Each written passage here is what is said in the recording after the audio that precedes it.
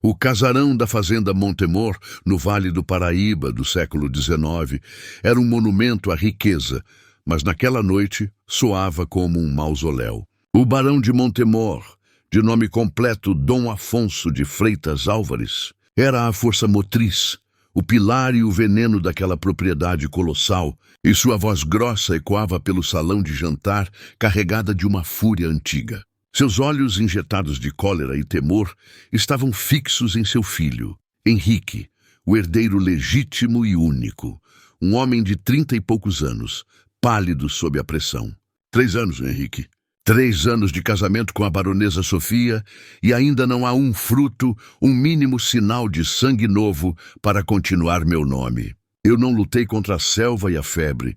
Eu não comprei e não escravizei almas para ver tudo isso, a minha terra, acabar nas mãos de estranhos quando eu morrer. A baronesa Sofia, sentada à mesa, manteve uma compostura de mármore, mas as mãos tremiam imperceptivelmente sobre o colo. O motivo da esterilidade de Henrique era um segredo aberto na alcova, mas uma maldição sussurrada em público. O barão bateu o punho na mesa de jacarandá. O ultimato é este: ou você gera um herdeiro legítimo, de qualquer maneira que seja, até a próxima safra de café, ou eu dou a fazenda à venda. A terra não aceita a falta de um sucessor, e a honra de Montemor não será enterrada comigo. A ameaça era real. Para um barão, o título era vaidade, mas a terra era o corpo e a herança, a alma. A ideia de perder a fazenda para um estrangeiro ou um vizinho ambicioso era um golpe mais letal do que qualquer doença. Henrique gaguejou, a dignidade esmagada sob o peso da paternidade falha. Pai, Nós tentamos. Sofia tem consultado os médicos. Médicos! O que um médico pode fazer contra o desígnio? Arranje-o! Seja um filho bastardo que você possa legitimar. Seja uma substituta para Sofia. Não me importa. Apenas me traga um neto que ostente meu nome e meu sangue. O tempo é curto e a terra exige seu preço. O barão levantou-se, deixando o filho e a nora em um silêncio opressor. Enquanto subia os degraus para seus aposentos, a baronesa Sofia, a mãe de Henrique, observava a cena de um retrato na parede. Dona Cecília, a primeira baronesa. Seus olhos, pintados com uma tristeza atemporal, pareciam guardar o único segredo que poderia mudar o destino de toda aquela terra. Ela sabia que o sangue que o barão tanto procurava havia sido, na verdade, trocado há décadas, e o herdeiro que ele rejeitava estava muito mais perto do que ele imaginava, vivendo na senzala reformada, ignorando a fortuna que lhe era de direito. A nova baronesa, Sofia, arrastou-se até a varanda, o ar quente e úmido do final da noite no Vale do Paraíba tornando a respiração pesada. O ultimato do barão de Montemor havia se alojado em seu peito como uma farpa envenenada. Ela amava Henrique, apesar de sua fraqueza e da sua tragédia conjugal, mas a pressão sobre o casal era insustentável. No jardim abaixo, um movimento discreto chamou sua atenção. Era Matias, o capataz da fazenda, um homem forte, de olhos penetrantes e pele bronzeada pelo sol da lavoura, organizando os últimos feixes de lenha. Matias não era um escravo, mas filho de antigos empregados da casa, e sua eficiência e lealdade eram lendárias. Sofia sentiu um arrepio. Ela se lembrava da primeira baronesa, Cecília, mãe de Henrique, que havia morrido jovem, e dos boatos antigos sobre um favor prestado por Cecília aos seus escravos em troca de lealdade eterna. Um favor que envolvia um bebê e a promessa de que o sangue da terra jamais seria expulso. Sofia buscou sua sogra, Dona Rosa, uma senhora idosa e reclusa que vivia no anexo da casa, afastada das tensões do barão. Rosa havia sido a aia de Cecília e era a única pessoa que parecia carregar o peso da memória da fazenda, a guardiã dos segredos que o próprio barão teimava em sepultar. Dona Rosa, sussurrou Sofia, entrando no pequeno quarto perfumado por ervas secas. O barão ameaçou vender a fazenda. O ultimato é cruel. Ele quer um herdeiro e o Henrique não pode dar a ele. Rosa, tecendo uma renda fina à luz de um candeeiro, parou. Seus olhos encontraram os de Sofia, carregados de compaixão e um conhecimento profundo. O barão sempre temeu isso, minha criança. Ele temeu que o sangue dele não fosse forte o suficiente. Mas ele se recusa a ver que o sangue de Montemor corre em muitas veias desta terra, não apenas nas dele. Rosa se inclinou e sua voz se tornou um murmúrio conspiratório. Quando a primeira baronesa Cecília morreu, havia um segredo. Ela havia feito um pacto com a antiga escrava mais velha, Balbina. Um pacto para garantir que a terra não morresse nas mãos de Afonso caso ele não tivesse um neto. Rosa apontou para o jardim, na direção onde Matias trabalhava, e seus olhos brilharam com o peso da revelação. O filho mais velho de Balbina foi trocado na pia batismal por um recém-nascido de uma família nobre falida, um enjeitado que viria a ser o barão, o verdadeiro sangue de Montemor, o descendente de uma linhagem mais antiga de donos daquela terra, corre em Matias. Ele é, por direito de nascimento, o primeiro herdeiro. Sofia cambaleou, o impacto da revelação sacudindo seus alicerces. A terra, a fortuna e o próprio título poderiam pertencer a Matias, o capataz. O barão estava buscando um herdeiro ilegítimo, sem saber que o legítimo era o homem que ele considerava apenas um empregado leal.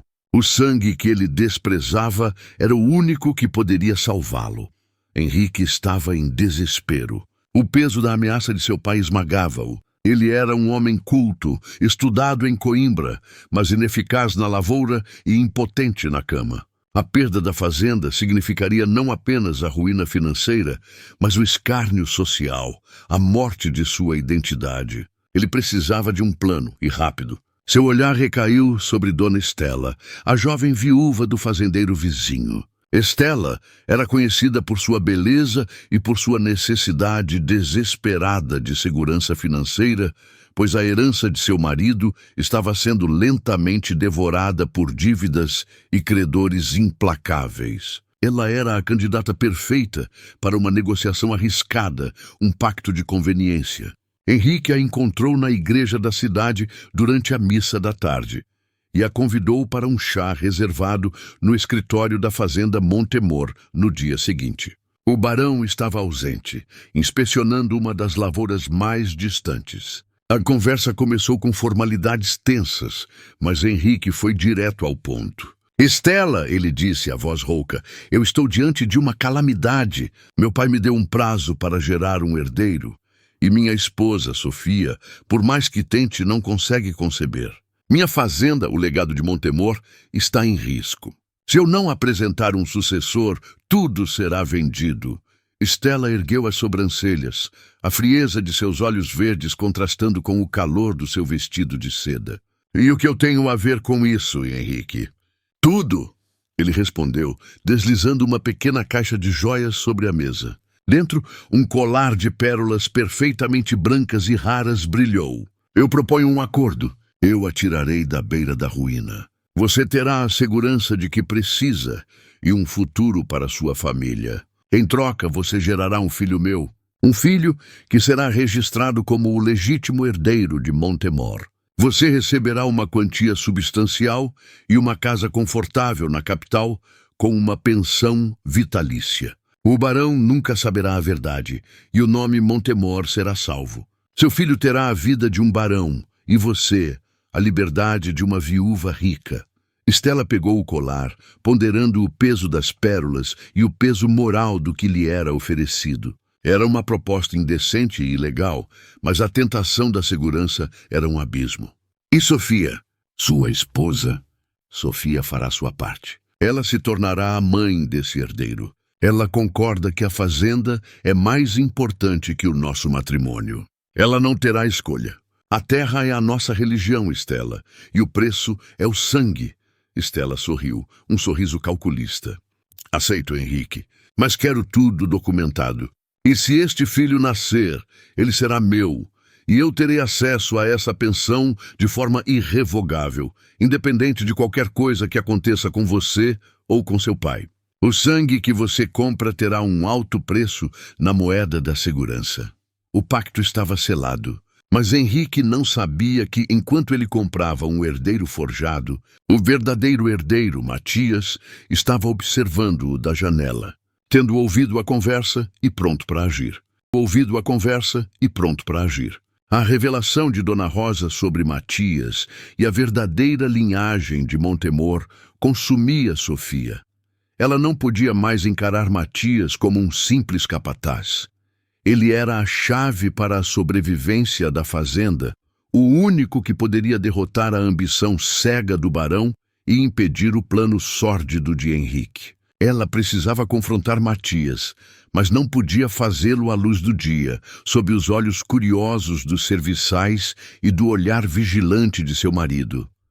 Naquela noite, sob o manto de uma lua nova e escura, Sofia se vestiu com uma capa pesada e se dirigiu à casa de Matias, um pequeno anexo nos limites da antiga senzala que havia sido transformado em moradia para os empregados mais leais. A luz de uma lamparina filtrava-se pela janela.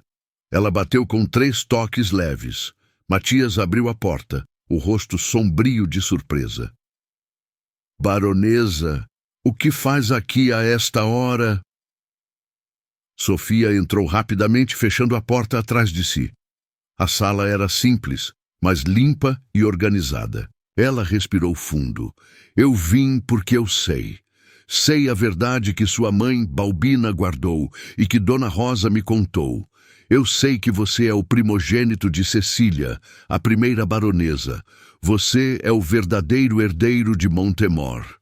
Matias recuou, sua expressão endurecendo de incredulidade e raiva contida. "Não sei do que a senhora está falando. Eu sou Matias Capataz, filho de Balbina. O único herdeiro é o barão Henrique."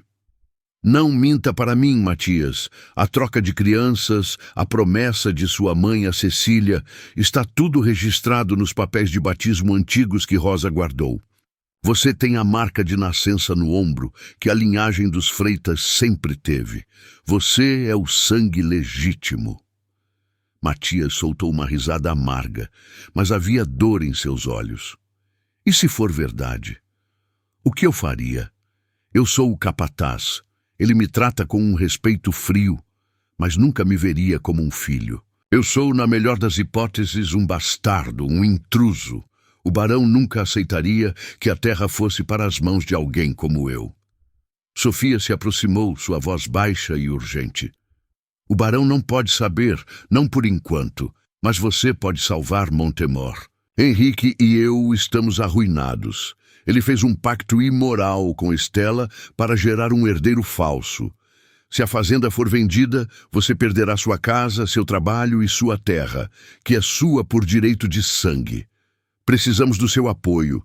Precisamos que você use este segredo como arma. Você é o herdeiro que a terra esperou.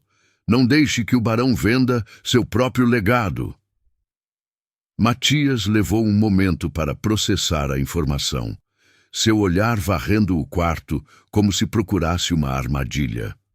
A ganância do barão, a fraqueza de Henrique e agora a verdade que o fazia, ironicamente, um homem mais nobre do que o próprio barão.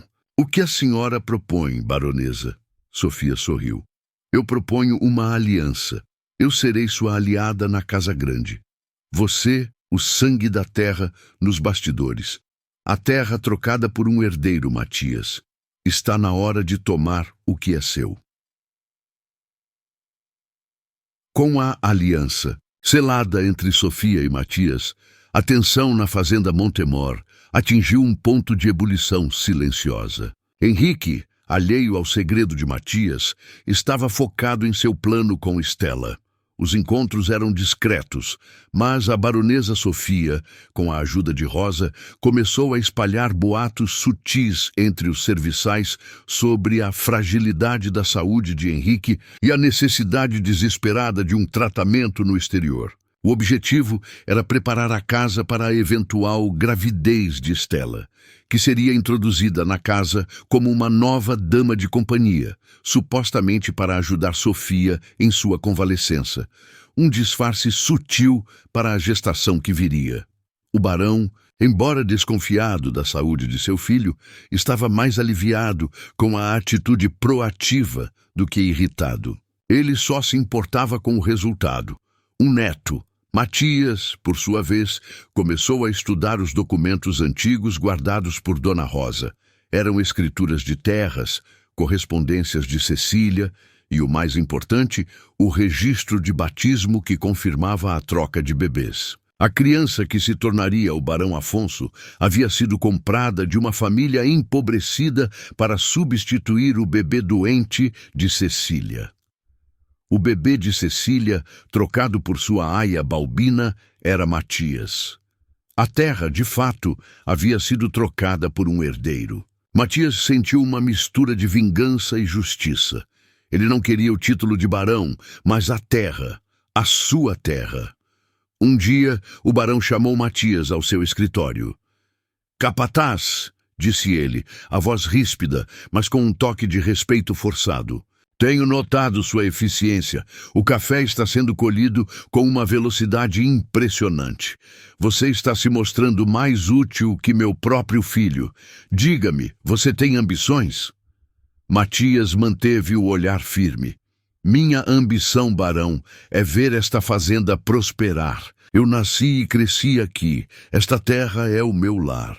E se eu lhe oferecesse mais? Se eu lhe desse uma parte desta terra, uma pequena propriedade que você pudesse chamar de sua? Em troca de sua lealdade incondicional, especialmente em relação a meu filho e o futuro herdeiro que ele está para providenciar."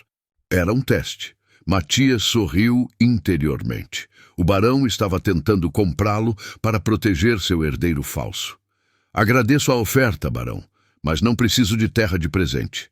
Eu a conquistarei por mérito, ou a terei por direito."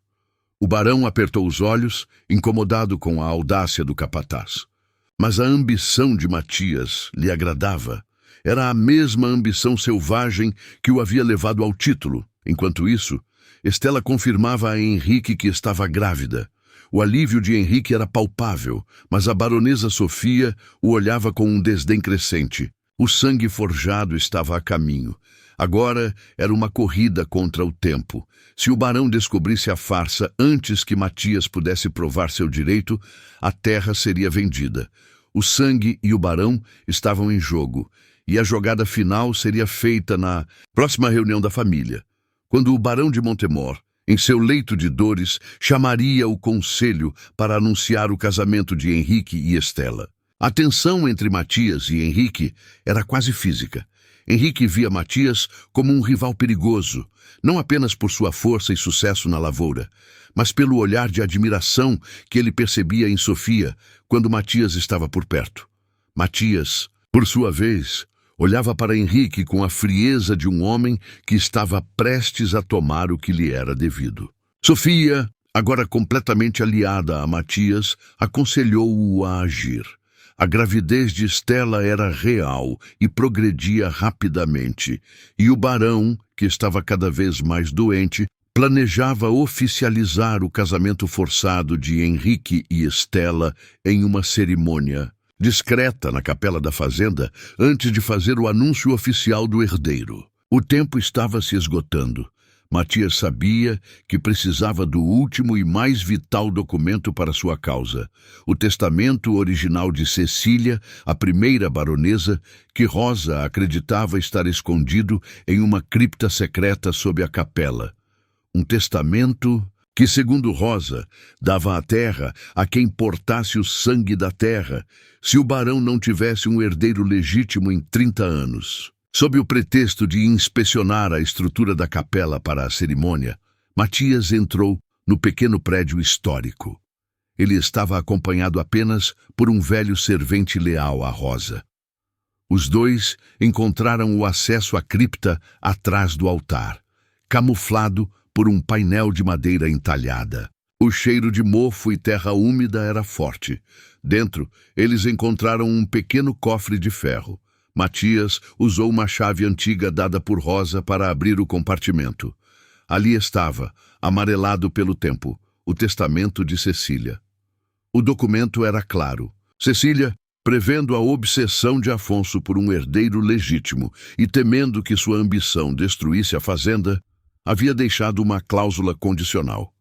Se seu filho, Henrique, fosse incapaz de gerar um herdeiro no prazo de 20 anos, prazo que já havia expirado, e se Afonso não tivesse outro herdeiro, a fazenda voltaria a ser propriedade da linhagem original, os antigos donos da terra de quem Afonso havia comprado. E para identificar o herdeiro, ela havia anexado um segundo documento, a certidão de nascimento original de Matias, onde Cecília o reconhecia como seu primogênito. Matias sentiu o peso da história em suas mãos. Não apenas ele era o primogênito, mas Cecília, sua mãe biológica, havia garantido que a terra voltasse para ele, o filho da terra, em um ato final de rebeldia contra a ganância do barão Afonso. A terra não seria vendida. Ela voltaria para a linhagem que a havia cuidado antes da chegada dos barões do café. O sangue e a terra estavam finalmente unidos. Quando saiu da capela, Matias encontrou Sofia à sua espera, o nervosismo estampado em seu rosto. Ele não precisou dizer nada. O olhar de Vitória e a pasta de couro nas mãos de Matias eram a prova de que o jogo havia mudado. A baronesa sorriu, aliviada. Agora, Matias, está na hora de enfrentar o barão. A capela será o palco de um casamento e de um novo testamento. O barão de Montemor estava em seus aposentos, enfraquecido pela doença e impaciente pelo anúncio de seu neto. Ele havia convocado o conselho da fazenda, um grupo de advogados, o juiz de paz e seu contador, para assinar os documentos que fariam de Estela a esposa legal de Henrique e do nascituro, o herdeiro de Montemor. A cerimônia seria uma farsa legal para garantir o futuro da propriedade. Enquanto o barão, pálido, assinava os documentos, a porta do escritório foi aberta. Matias entrou, seguido por Sofia e Dona Rosa, que carregava o cofre de ferro. Matias estava vestido com suas melhores roupas, mas a autoridade em seu rosto era maior do que qualquer título. O barão, furioso com a interrupção, tentou falar. Capataz! Saia imediatamente. Isso é uma reunião do conselho. Não é mais, barão, disse Matias com a voz firme. É um acerto de contas, e eu sou parte dele. Eu sou o verdadeiro herdeiro de Montemor. Henrique riu, uma risada nervosa. Ele enlouqueceu, pai. É o capataz. Prenda-o!